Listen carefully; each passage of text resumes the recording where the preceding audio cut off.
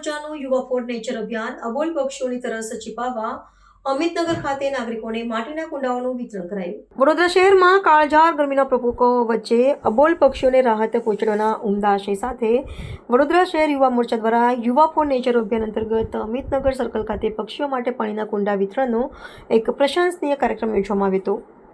આ સેવાકીય પ્રકલ્પમાં શહેરના નાગરિકોને નિઃશુલ્ક જળપાત્રોનું વિતરણ કરવામાં આવ્યું હતું, જેથી તેઓ પોતાના ઘર આંગણે પક્ષીઓ માટે પીવાની વ્યવસ્થા કરી શકે. આ સેવાલક્ષી આયોજનમાં વડોદરા શહેર ભારતીય જનતા પાર્ટીના અધ્યક્ષ ડોક્ટર જેપી સોની તેમજ સ્થાનિક સાંસદ ડોક્ટર હેમાંગ જોશી ખાસ ઉપસ્થિત રહીને યુવા કાર્યકરોનો ઉત્સાહ વધાર્યો હતો.